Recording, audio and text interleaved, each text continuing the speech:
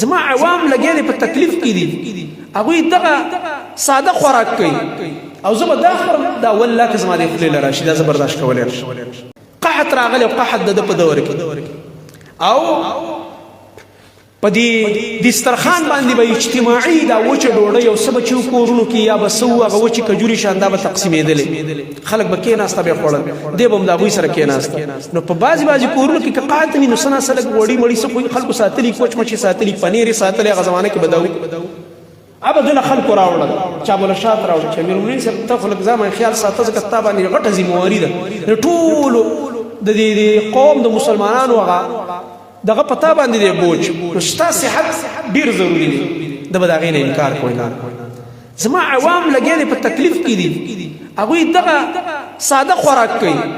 او زه به دا خورم دا والله که زما د خولې له راشي دا زه برداشت کولی نشم. هغه به پرېښوده چا به چې ورله ښه څیز راوړو کور کې به چا څه ساتلي او دله به یې بیل راوړل ده به نه خوړل دی به لاړی مکه عوامي دسترخوان باندې به کېناسته او خپلو عوامو سره چې هغوی به څه خوړل هغه به ده هم خوړل. او ملګري وایي په هغه زمانه کې مونږ وکتل چې د ده د مخ غوښه ختمه شوه او دا غوښه یې کېناسته او دا اډوکې د دې مخ د عمر راووته د ډېر تکلیف د لاسه ځکه ارام یې نه و د شپې به هم دغه شان ناقلار او د ورځې به هم دغه شان منډې تړلې فیصلې به وي ملاقاتونه به هلته خوراک کمزوری شو دومره سخت اثر په ده باندې وشو دا امتحانات دا مشاکل. غرض مې دا دی زما محترم ورونه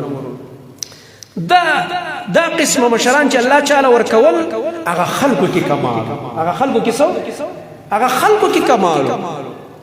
هغه صحابه هغه تابعین چې وروستو زمانه کې د صحابو شاګردان راغلي او بیا ایمان یې راوړل او ډېر قومونه اسلام ته راتله هغه خلکو کې کمال و ځکه الله داسې مشران ورکول. نن موږ څنګه یو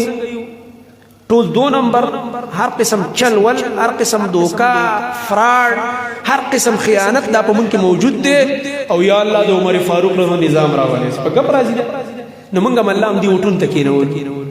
دې لوبو ته کېنول او به دغه ذلت دی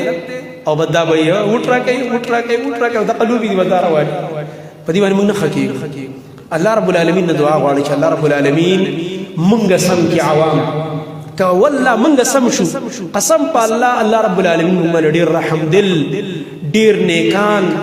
ترس کوونکي په موږ خفه کېدونکي مشران به الله په موږ مقرروي.